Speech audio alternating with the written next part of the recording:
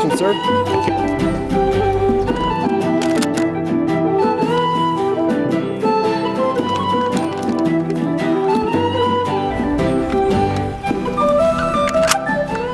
Built in 1689, Springhill House is a fine example of Williamite architecture. And I'm here today with Rachel. Rachel, you look absolutely beautiful. Dressed not in your usual style, I would take it. No, I'm dressed as Diana Lenox-Conyngham. She lived in the house during the 1940s with her mother, Mina, and she was the last generation of the family to ever live at Springhill. And could you tell me a wee bit about the history of the house?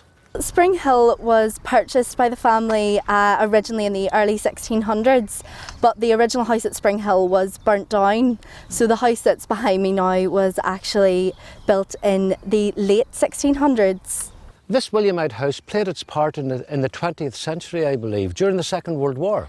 Yes, it did. The American soldiers were actually stationed at Springhill during the Second World War, and it's said that Diana Lenox-Conyngham was aroused in the middle of the night constantly by the American soldiers, keeping her awake. Rachel, there were many generations of Cunninghams who lived here. They all made their mark. There are, yes, although it's reputed that one of the members of the family managed to stay well beyond their death, as Springhill is said to have the most well-documented ghost in Ireland.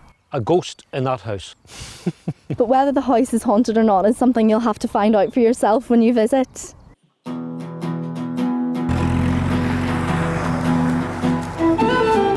Isn't it amazing that a small place like Moneymore played such an important part during the Second World War? And I'm here with Aaron, dressed in the uniform of the RAF, to tell me a wee bit about that turbulent period in history.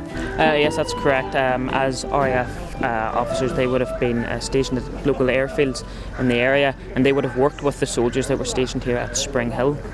And when did the military become involved in Springhill for the Second World War? It was in 1941 that the British Army requisitioned the house, and that's when they brought in the Berkshire Regiment. When they left, the American soldiers were brought in. They were requested that the family leave the house, but the lady of the house actually refused, and so the family stayed in one half of the house while the American soldiers stayed in the other half. Well, there were supplies sent here. They packaged them, but they also did a lot of training here at Springhill as well before being moved off to warfare. And the American soldiers left here to play such an important part in D-Day. Springhill House is part of the Heritage Trail in Moneymore. Why not come and visit? But all those stories about ghosts, I'm not too sure about that. You better make up your own mind.